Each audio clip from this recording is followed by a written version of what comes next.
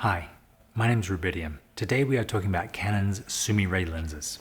When Canon launched their cinema range in 2011, it included 3 lenses from their C&E range. The C&E lenses quickly became an industry standard due to their EF mount, outstanding build quality, super fast t1.5 aperture, and very affordable price. They were under $4,000. The C&E lenses are sharp, modern lenses with coatings that reduce flare and had a similar aesthetic to Canon's L series still glass, though they were slightly warmer and softer on skin tones. They covered a large format sensor, even though Canon wouldn't release a full-frame cinema camera for another 5 years with the C700 FF.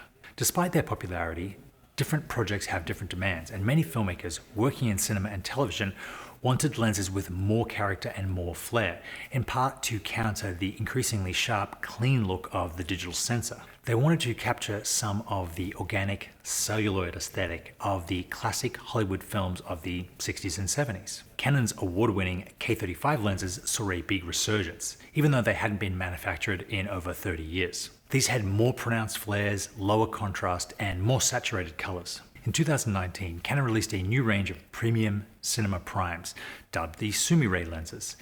These had the same excellent build quality, consistency, and dual focus markings of the C&E primes, but with more character and cinematic color. The Sumire are actually a pretty unique beast as far as lenses go.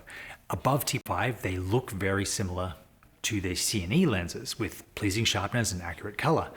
But wider than T4, they have a much more characteristic look, and wide open at T1.5, they really come into their own, with distinctive flare, warm color tones, and a very cinematic look. After testing a lot of options, I chose the Sumire lenses for my feature film, The Devil's Fortune.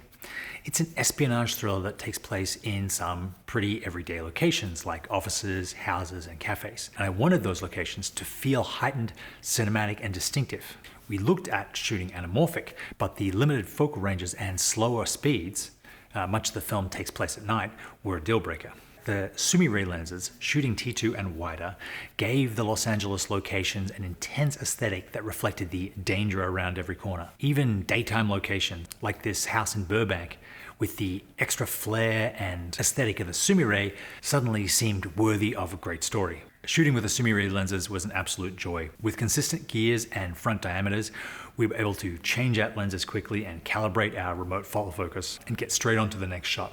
We used the entire set, from the 14mm for establishing shots, all the way up to the 135mm for close-ups and inserts. The Sumire lenses gave us just what we wanted, a really distinctive, characteristic aesthetic that enhanced our locations, production design, and camera work. And they're definitely something I would shoot with again. Thank you very much for watching. I will see you next time.